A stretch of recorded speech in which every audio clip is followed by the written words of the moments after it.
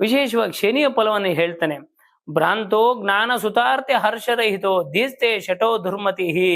ಅಂದ್ರೆ ನೋಡಿ, ಪಂಚಮದಲ್ಲಿ ವಿಶೇಷವಾಗಿ ಯಾರ ಜಾತಕದಲ್ಲಿ ಶನಿ ಇದ್ದು ಪಂಚಮ ಸ್ಥಾನದಲ್ಲಿ, ಹುಡುಗ ಅಥವಾ ಹುಡುಗಿ ಪಂಚಮ ಸ್ಥಾನದಲ್ಲಿ ಇದ್ದಾಗ, ನಮಗೆ ಚಮತ್ಕಾರ ಚಿಂತಾಮಣಿ ಗ್ರಂಥದಲ್ಲಿ ಏನು ಹೇಳ್ತಾರಪ್ಪ ಅಂತಂದ್ರೆ, ವಿಶೇಷವಾಗಿ ಅಜ್ಞಾನಿಯಾಗಿರ್ತಕ್ಕಂಥ ಸಂತಾನ ದುಃಖ ಅಂತ ಹೇಳ್ತಾರೆ, ಕಲಹ ಪ್ರವೃತ್ತಿ, ಅಂಗವೈಕಲ್ಯ ಅಂದ್ರೆ ಏನು, ಕೆಲವ್ರು ಮಕ್ಕಳು ಹುಟ್ಟುತ್ತೆ, ಇಲ್ಲ ಹಾರ್ಟ್ ಅಲ್ಲಿ ಹೋಲ್ ಇರುತ್ತೆ, ಇಲ್ಲ ಬ್ರೈನ್ ಬೆಳೆದಿರಲ್ಲ, ಇಲ್ಲ ಲಂಗ್ಸ್ ಬೆಳೆದಿರಲ್ಲ, ಈ ತರ ಎಲ್ಲ ಅಂಗವೈಕಲ್ಯಗಳನ್ನ ಹೇಳ್ತಾ ಇರ್ತಾರೆ. ಅದಕ್ಕೆ ಕಾರಣ ಏನಪ್ಪಾ ಅಂತಂದ್ರೆ, ಯಾರಿಗೆ ಪಂಚಮಂ ಪುತ್ರ ಪೀಡಾನ, ಪಂಚಮದಲ್ಲಿ ಶನಿ ಇದ್ದಾಗ, ಪಾಪ ದೃಷ್ಟಿಗಳಿದ್ದಾಗ ಶನಿಯಿಂದ ಹುಟ್ಟಿತಕ್ಕಂಥ ಮಕ್ಕಳುಗಳು ಏನಾಗುತ್ತೆ ಅಂದ್ರೆ ಅವುಗಳ ಅಂಗಹೀನವಾಗಿರ್ತವೆ. ಕೆಲವು ಮಕ್ಕಳು ಹುಟ್ಟಿರ್ತವೆ, ಆ ಮಕ್ಕಳಿಗೆ ಆಯಾ ವಯಸ್ಸಿಗೆ ಏನು ಜ್ಞಾನ ಇರಬೇಕು ಹೋಗಿರಲ್ಲ. ಈಗ ಕೆಲವು ಮಕ್ಕಳು ಹುಟ್ಟಿರ್ತವೆ, ಆ ಬೆಳೀತಾ ಹೋಗ್ತಾ ಇರುತ್ತೆ, ಮಕ್ಕಳು ಬೆಳವಣಿಗೆ ಇರುತ್ತೆ, ಆದ್ರೆ ಆ ವಯಸ್ಸಿಗೆ ಇರ್ತಕ್ಕಂಥ ಬುದ್ಧಿ ಇರಲ್ಲ.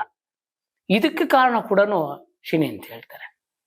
ಅದೇ ನಾವು ಕೆಲವು ಮಕ್ಕಳನ್ನ ಅಬ್ಸರ್ವ್ ಮಾಡ್ತೀವಿ, ಅವರು 18 ವರ್ಷ ಆದ್ರೂ ಕೂಡ ಮಕ್ಕಳ ರೀತಿಯನ್ನೇ ಮಾತಾಡ್ತಾ ಇರ್ತಾರೆ. ಅವ್ರಿಗೆ ಜ್ಞಾನ ಇಲ್ಲ ಅಂತಲ್ಲ, ಆದರೆ ಮೈ ಮೇಲೆ ಇರ್ತಕ್ಕಂಥ ಇರ್ಬೇಕಾಗಿರ್ತಕ್ಕಂಥ 6 ಸೆನ್ಸ್ ಏನ್ ಹೇಳ್ತಾರೆ, ಆ ಸೆನ್ಸ್ ಇರಲ್ಲ.